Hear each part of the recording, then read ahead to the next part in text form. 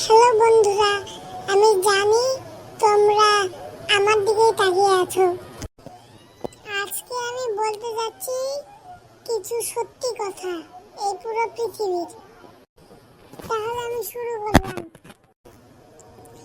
1 নম্বর, একটি মানুষ কখনোই তার মাথার চুল গুনতে পারবে না। তোমরা কি কখনো লক্ষ্য করেছো যখন তুমি জিভ বের করবে তখন তুমি শ্বাস নিতে পারবে না? এখন জানি তুমি জিভ বের করে সেটি পরীক্ষা করতে চাইছো, কিন্তু এই অবস্থায় তোমাকে দেখতে শুয়োরের থেকে কম লাগছে না। এখন দেখতে পাচ্ছি তুমি এখন হাসছো। যেই বললাম তুমি হাসছো অমনি তুমি তোমার হাসিটা বন্ধ করে দিবে।